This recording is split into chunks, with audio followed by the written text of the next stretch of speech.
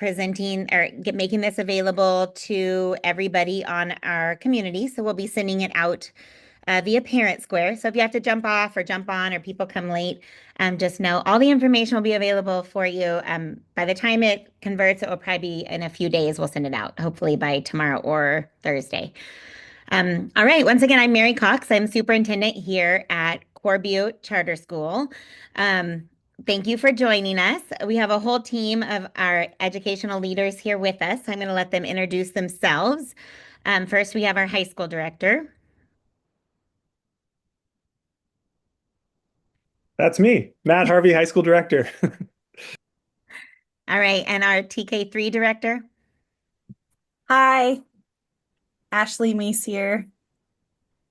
And 4-8. Hi, Bree Evans. And then we also have our director of special programs. Hi, Laura Ray. And we also have our assistant director of assessment and instruction. Hi, Cassie Pierce here. And I cannot see, is Fawn on yet? I am. Great. We also have Fawn. Go ahead and introduce yourself. I'm Fawn Ruby, Assistant High School Director, but I'm under Matt. So Perfect. All right. Well, let's go ahead and get started. Thanks for joining us. All right. Tonight, we're going to be talking about all of these different items. We're going to do some updates for our TK-12. We'll also do some school-wide updates, like facilities and LCAP, some other areas like that. We'll talk about our charter renewal and our state testing scores. We did get scores back. We have not received our dashboard, but we do have scores we're excited to share. We'll also talk about our upcoming facilities, sports complex, which we're working on, and then also do some discussing around our local control and accountability plan. Just so all of you joining us tonight know, at the bottom of your screen, you should have a Q&A button. If you click on that, you can ask any questions throughout the presentation that you have, and we'll try our best to address them. If they're really personal, we'll probably send them to a director to address. But if they're general related to what we're talking about, we're happy to address any of them at this time. And I already said what the bottom line says, so we'll go ahead and go on. All right, just a reminder, our motto is personalizing education for student success. Our mission, which actually our entire staff has been working on in depth for the last 2 years, and we're continuing to really analyze and dive into, is CORE Butte in order to foster the educational pursuits of our K-12 students in rural Northern California, utilizes the independent study, personalized learning approach, supporting development through choice of curriculum aligned with state standards, engaging parents along with students in learning, and offering classes at our centers and within the community with the goal that students will demonstrate measurable academic growth in addition to the social skills necessary for future success. CORE Butte's vision is that every person has the ability to learn and succeed given the right tools and supports. All right, I'm going to pass it off to our TK3 and 4-8 program directors to share with you a few updates. Thanks, Mary. Ashley and I are really excited to share things that are going on at the TK3 level and at our 4-8 intermediate level. So we're just going to bounce back and forth with some different highlights. Take it away, Ashley. All right. So something that we wanted to let you know is that we place a really strong emphasis on creating social experiences that enrich our students' learning and personal growth. Our events are really created to help foster friendships, build confidence, and strengthen our community, all essential for helping students thrive. In addition to some of these events that we've already held this fall, as you can see, dances and cereal parties and all kinds of fun things, we also offer these opportunities that you see here, such as reading pals, story time, wellness groups. Our wellness groups look at opportunities for friendship through gameplay. Our middle school, we just wrapped up our cross country team, and we're looking at adding some other sports throughout the year. Lots of events, center classes, field trips. So there's so many ways that our students and our families can engage through the TK3 and 4-8 programs. We also have some new staff that we are thrilled to welcome, the new team members this year who bring fresh perspectives and dedication. So at the TK through third level, we've got Katie Hunter, Caitlin Dixon, and Carrie Wilson. Please feel free to stop by and introduce yourself. They are eager to connect and support our school community. And at the 4-8 level, we are so excited to welcome Allie Welch and Jara Verboom. And then we also get to welcome back Christiane Langford. So again, please say hi to them. They all have a wealth of experience and are really excited to work with our students and families. Professional development for our staff is a top priority, empowering them to bring the latest and best teaching practices to our students. This investment in our team ultimately creates a more vibrant and responsive learning environment for everyone. Our teacher leaders are especially fantastic. So we just wanted to give you a quick snapshot of some upcoming events this fall. Our Scholastic Book Fair is starting here pretty soon. We have another mega event. Our middle school is doing an escape room in December. And then we also wanted to mention this year, we have what the acronym is CCIA, but that stands for Core Community in Action. And that is our parent group. So a group of parents who wanted to get together and provide additional opportunities for engagement and for our school community. So they are putting on our TK5 Holiday Boutique in December. All of this information is in our Parent Square, our weekly links that you'll see every Monday through Parent Square. So if you're looking for any additional dates or information or signups, please check that out every Monday. And we're happy to meet with anyone anytime if you have anything else you'd like to talk with us about.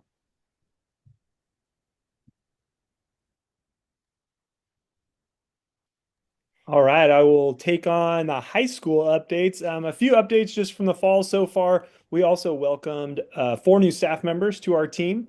2 of them are full-time PLTs and as well as content specialists. So Emiliano Garcia Sarnoff is an English teacher and PLT for us. Connie Barker is teaching science and a PLT for us at the high school.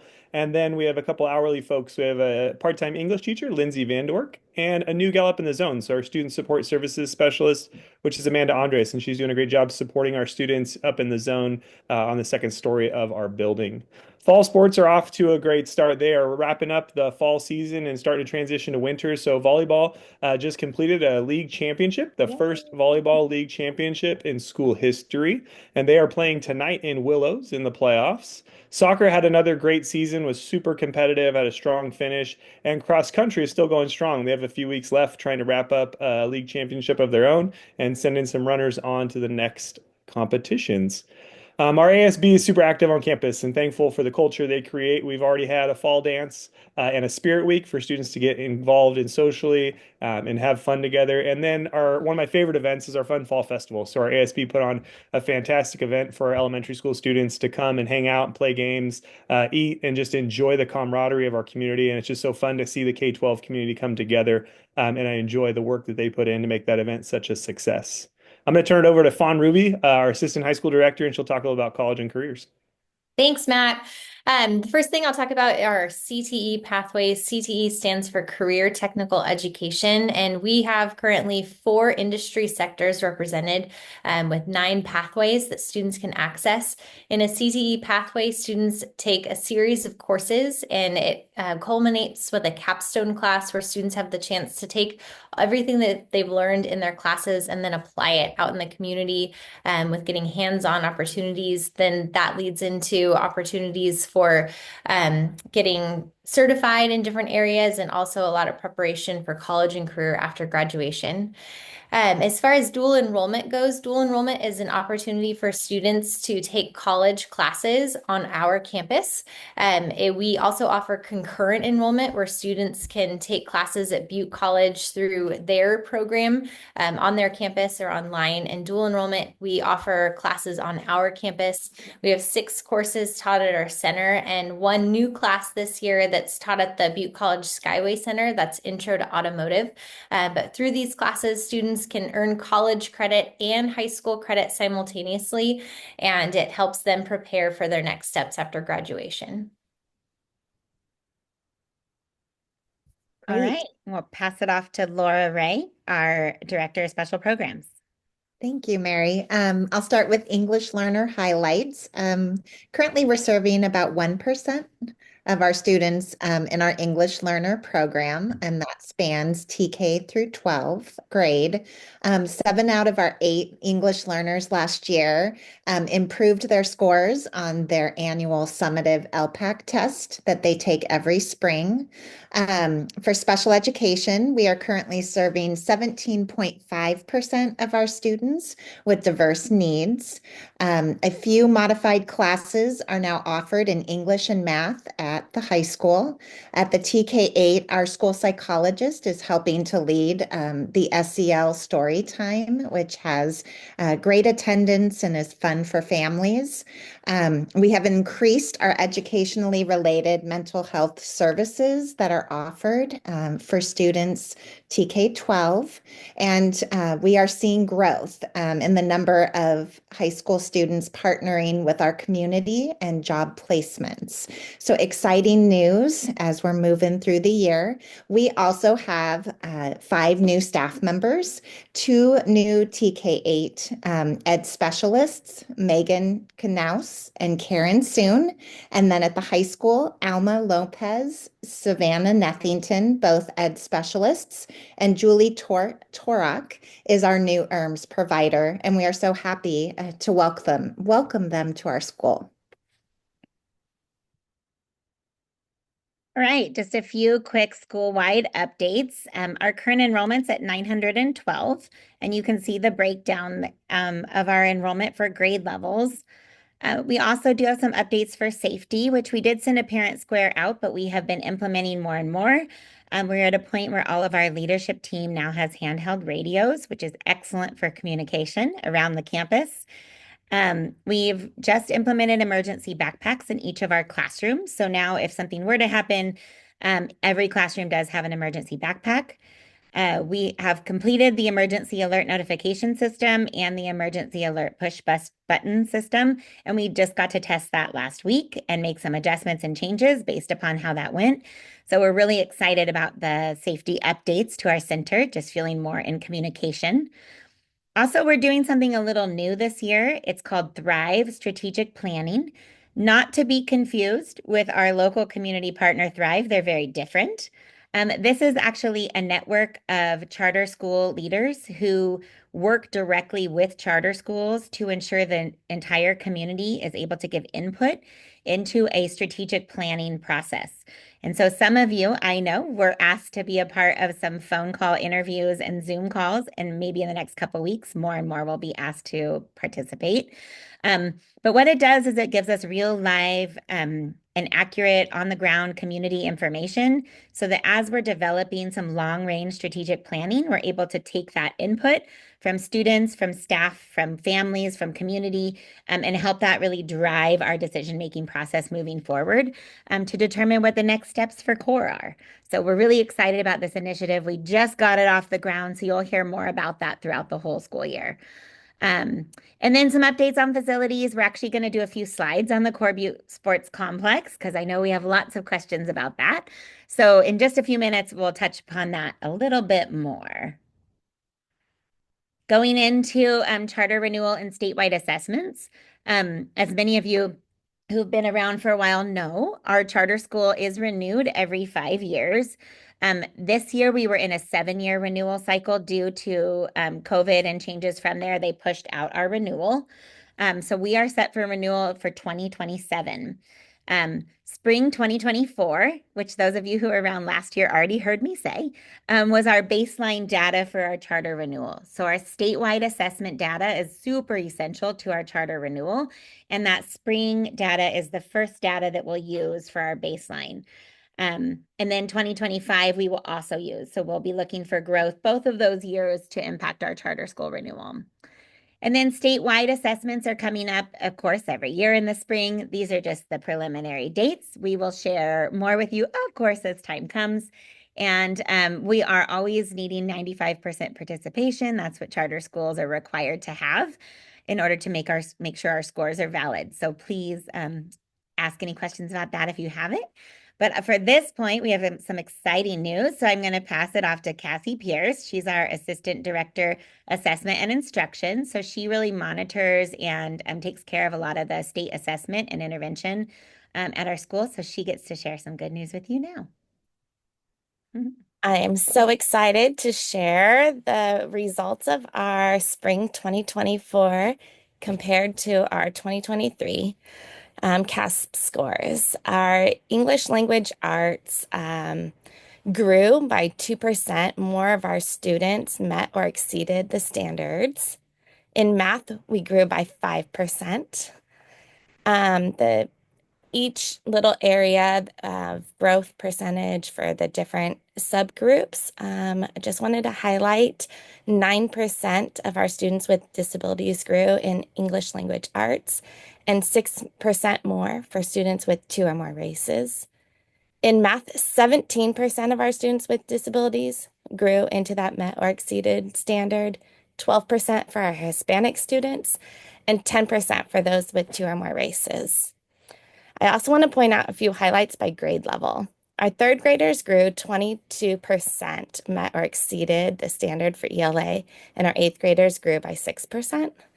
And for math, our third graders grew the most at 28%, meeting or exceeding the standard. Fifth graders were at 6%, seventh graders 17%, and eighth graders grew 3%. It's very exciting.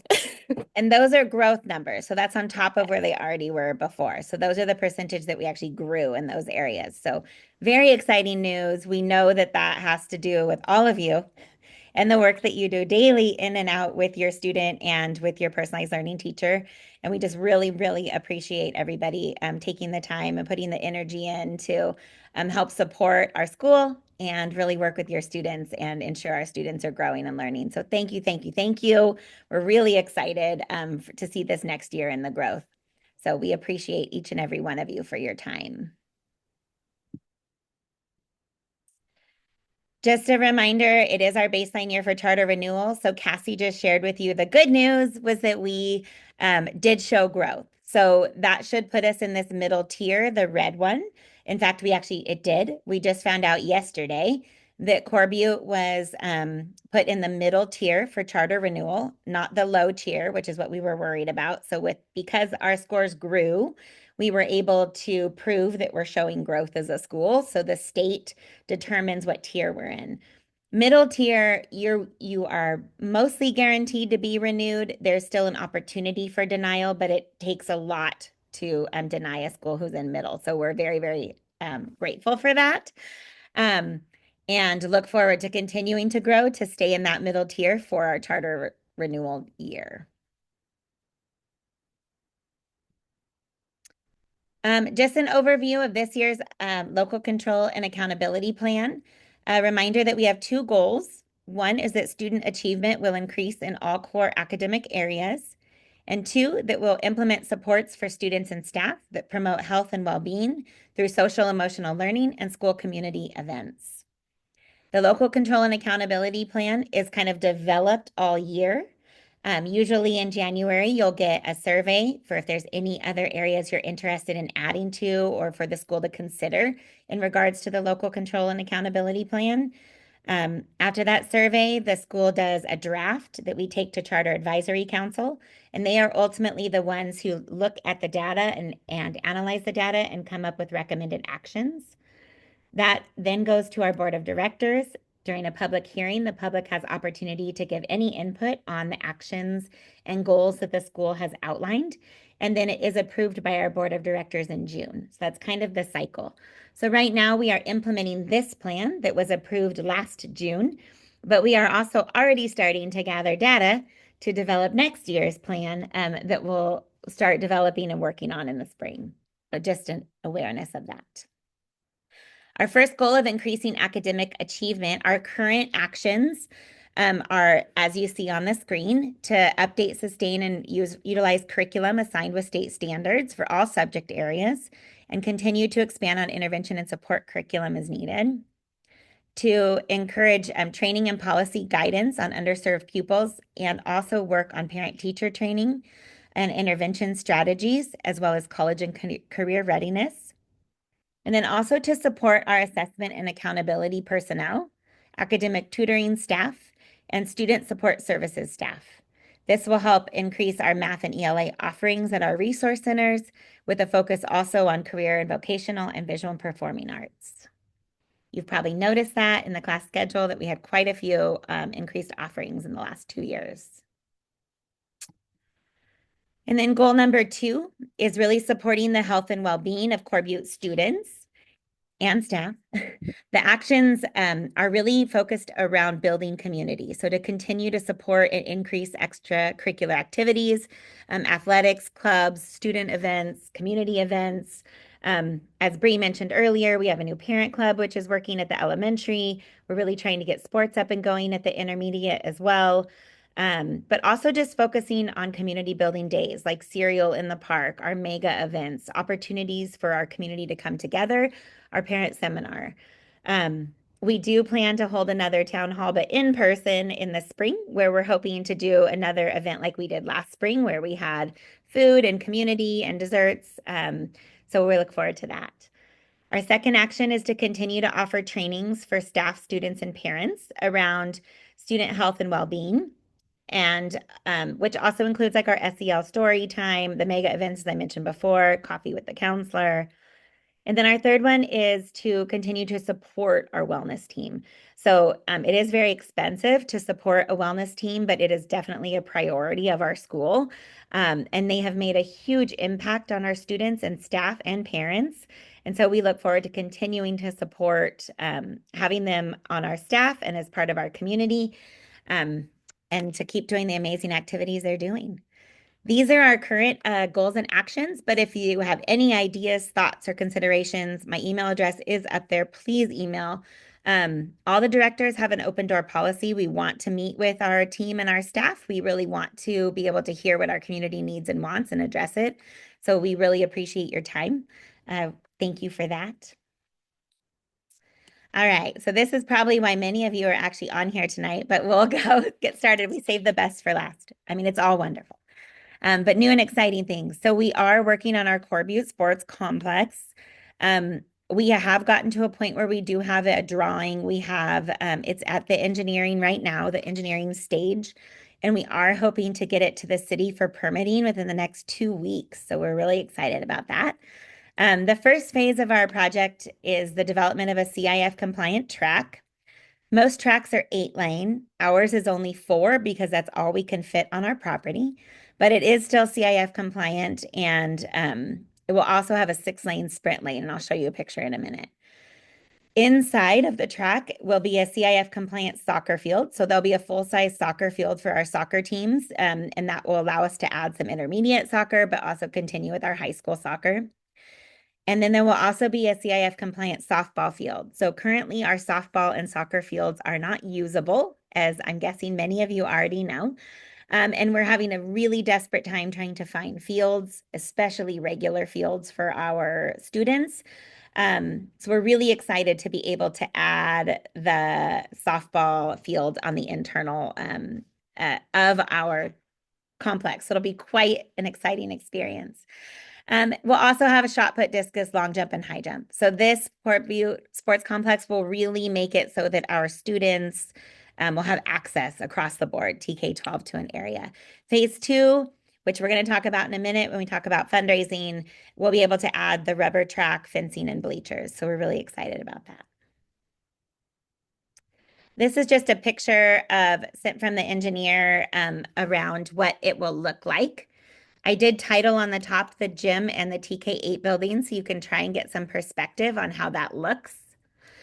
You can see the track is actually a little bit taller, like this way, stretched, than a traditional, so that we can fit the full-size softball field in the middle. So on the left-hand upper corner is the full-size softball field. The internal field will be turf, and then the track will be rubber. And then it does have the discus, soccer, and long jump, high jump, and shot put. So it's very exciting.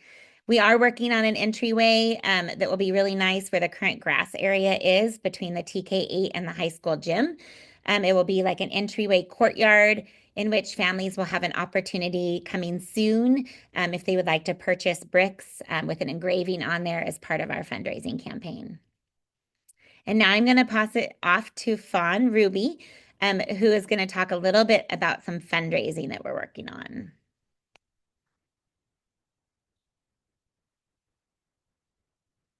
Maybe Fawn. I didn't unmute myself. So sorry. Okay. We currently have 3 fundraising opportunities happening right now. Over the summer, we developed a partnership with North Valley Community Foundation, a really well-known nonprofit organization in the Chico community that supports schools and other organizations throughout Butte County to help with raising funds. And it's been a great way to network in the community and also get the CORE Butte name out in the community. And they have been working with us to put our campaign on their fundraiser. And then we also have the opportunity to participate in Giving Tuesday. Giving Tuesday is a nationally recognized campaign that happens just after Christmas, where individuals and businesses have a chance to give back to their local communities on this one specific day. Starting next week, we'll be kicking off our campaign, and then that all culminates with an event that's happening in Miriam Park. It's called the Giving Tuesday Jubilee, and that'll happen from 4 to 7. Anybody from the community is welcome to come and attend that event, and we'll be talking about our sports complex project and hopefully getting the community awareness out there and having people donate. And so we want to welcome all of you to participate in that and come to the event, the Jubilee event, if you would like to. The second thing that we have is a fundraising gala that we are going to host on Saturday, March 8th at Almendra Winery in Durham. A lot of charter schools host fundraising events to support their programs, and this is something that we've been encouraged to do for many years, and now we have a very important cause, and so we're excited to host our first ever fundraising gala. It'll be a great way to bring our school community together and to have just a fun night together and also fundraise for our sports complex. We are looking for parents and community members to support us with putting this fundraising gala together. So if you are creative and you like event planning and you would love to be a part of that, we would love to get in touch with you. But in the meantime, if you're not interested in event planning, but you maybe have something that you could donate for an auction item, we'd love to take that as well. And then also just save the date for Saturday, March 8th. We'll be starting to sell tickets at the start of the new year in January, but we're excited to get ready to put that fundraising gala together. On our CORE Butte website, we have lots of information about our sports complex. There's pictures there, as well as various levels of recognition that we're hoping that will encourage different community members and businesses and individuals to donate to support our track fund. So if you scan that QR code, that'll take you to our website and you can learn more about our sports complex and how you can get involved. And we are really close to having enough to do the entire project. Right now, we only we have enough for the first phase. So we're hoping to fundraise enough to complete phase 2. So we have an entire usable sports complex. So we're super excited about that. All right. If you have questions, please put them in the one more, and then I'm going to go back and answer some questions in the Q&A. Sorry, I forgot about this one. If you're interested in learning more about personalization, personalized learning, and legislation surrounding it, please join this group. This group just keeps up to date on what is happening with legislation around sorry that I jumped that, around personalized learning schools. At this time, there were several audits and reports out around personalized learning schools that the state and legislature are currently reviewing and analyzing. So there is likely to be more legislation this coming legislation cycle starting in January around personalized learning and non-classroom based charter schools. So we can definitely expect that there's going to be much more focus again on the schools like ours to ensure that we can stay open and keep going. We just want to make sure our community is really involved and active in the process. So if you're interested, there's some information for you to follow. We did have a question in our chat asking about the high school scores in particular on state testing. So just to pull out just the high school did have a decrease in English language arts. And remember, the high school is only 11th graders and they haven't been assessed since 8th grade. So it's a really odd thing the state does by only allowing us 1 year to assess our 11th grade students. And these are overall scores. We are diving in deeper to see like students who've been with us longer, to see their scores and making those comparisons. But currently, our ELA scores, or English language arts scores, declined by 6 points, and our math did increase by 2 points, which is excellent. And that was our area of focus last year.